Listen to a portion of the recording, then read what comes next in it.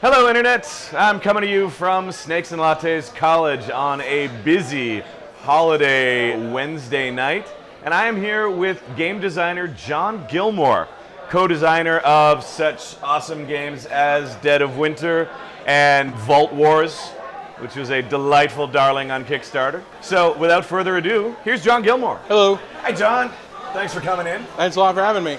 First things first, we love to have designers sign games, so if you wouldn't mind, just throw your autograph on that for us. And if Isaac ever drops in, we'll have him add his name as well.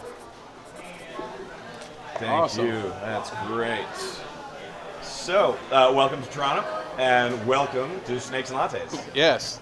Let's talk about how long you've been designing games for. What's your history in the industry?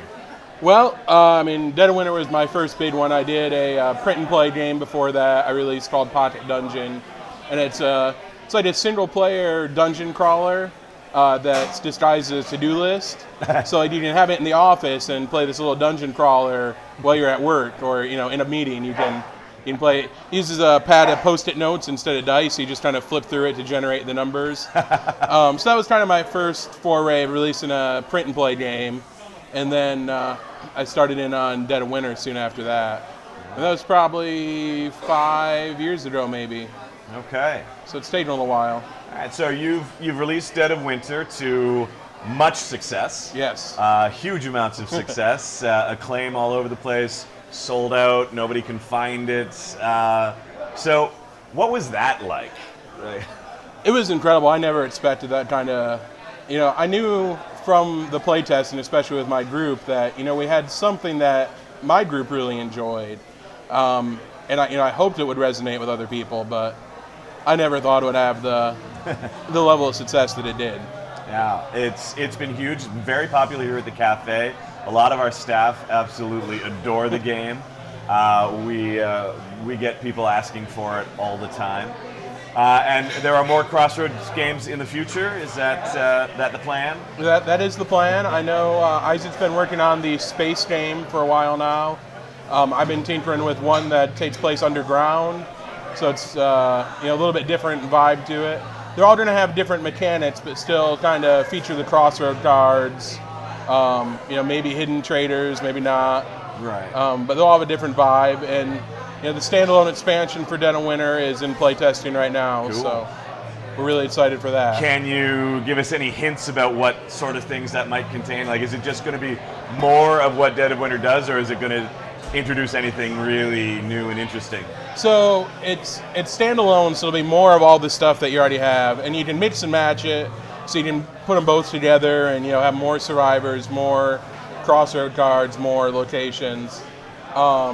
But we kind of focused on not really like addressing some of the things in the game. We tried to make the crisis cards a little bit more interactive and some more. Mm-hmm. We didn't want more of the same there, yeah. So we definitely tried to make it have a little bit of a different feel to it. I don't know. I know they've talked a little bit about the bandits, so the bandits will kind of be a feature of this, where you don't have to just worry about the zombies now. You have to worry about bandits stealing stuff. That always seems to be the biggest problem in post-apocalyptic scenarios. It's not the zombies, it's the other jerks. Exactly. And that was always one of our big drives in the design, was that it wasn't just about the zombies. It was about that human interaction that you have, and you're having to worry about, can you trust the other people that you're sitting at the table with? And that's in any really good zombie media, Romero films and The Walking Dead comic books, that's really the prime focus there, is that group of people and how they all mesh together. Would you say Walking Dead has been an inspiration for Dead of Winter? It definitely was. I started, as soon as I saw that Kirkman was involved with it, I started reading it from issue 1, and I was addicted to it. But I grew up as a teenager watching as many zombie things as I could. All the Romero films, all the Italian Fulci zombie grind films. Mm-hmm. So, anything zombie related, I always, if I could get my hands on it, I was reading it. Will we see a Dead of Winter card that involves fighting a shark? I can't make any promises, but I'd love to. I'd love to see one. So, we contacted Twitter, and there was a question that was burning on the people of Twitter's mind that I think is a great one. Because, people always ask people, oh, what's your favorite game, or who's your favorite designer, that sort of thing. But this specific question was, what's your favorite game component of all time? My favorite game component, man.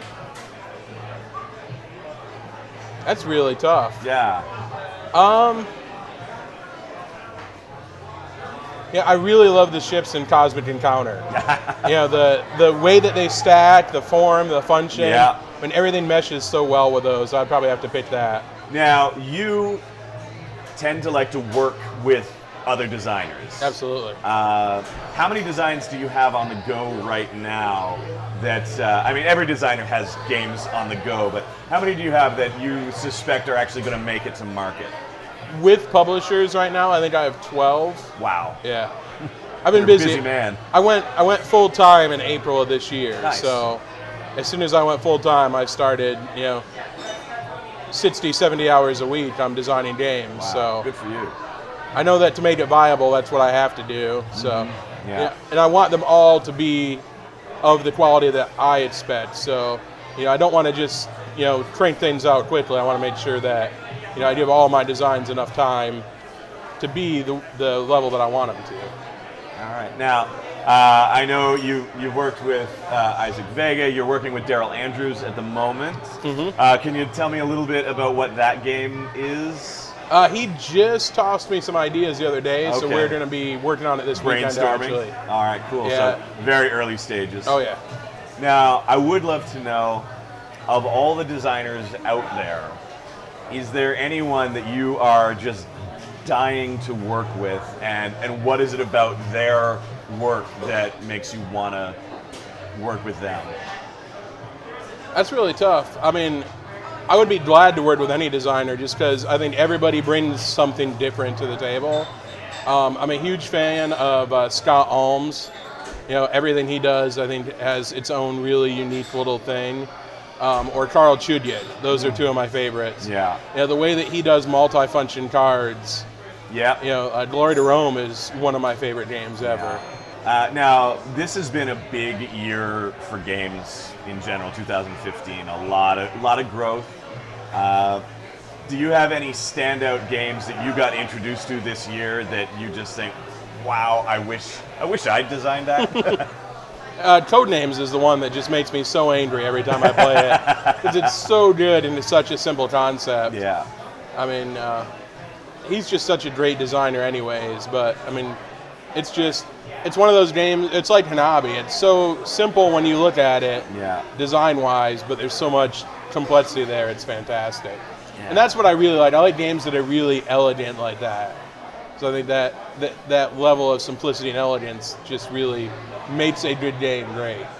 Of the 12 that you have with publishers at the moment, is there anything that you can talk about, even just tiniest little teasers, maybe a name?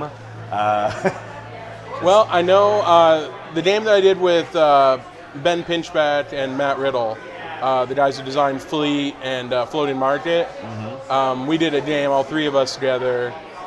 That's the one I'm probably the most excited about to see come out next year.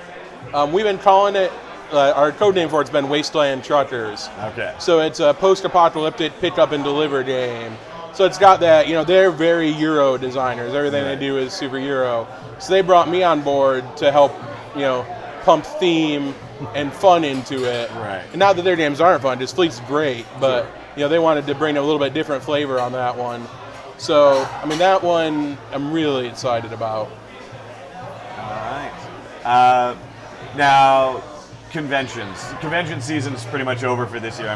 There are little ones pretty much all year long. But you can't go a month without hitting one anymore. The big ones are done and gone for this year. But are you planning on being at any of the major conventions next year? There's Origins, there's Gen Con, there's SN. I'll be hitting all the big ones, Origins, Gen Con, BGG Con again. That was a great time this year. A lot of smaller ones, Grand Con in Grand Rapids, Michigan. That's probably one of my favorite. This is a little 400-person convention, but all sorts of industry people go there from all over. Mm-hmm. So I'll be doing a lot of them this year, probably 7 or 8 conventions. Have you been invited to the gathering of friends yet? I have not yet. Me either. A number of Snakes people have, present and former, but I have not yet been invited. I would love to. Yeah. Okay. That's, I think, about it, unless there's anything that you want to just share with the viewers. I don't think so. I mean, if anybody has any questions, just let me know. I'm always happy to take time out and talk to people about anything. So. Yeah, you're on Twitter. Yep. What's your Twitter handle? You're at Jon Gilmour, JonGilmour. All right, so you can send your questions there. You can always send questions to Ask Snakes at snakesandlattes.com, or you can tweet us at Snakes and Lattes, and we can pass it on to John, or just tweet John directly. That works as well. So thank you very much for taking time to talk with me today, and let's play some games. All right, thanks for having me. Great. Awesome.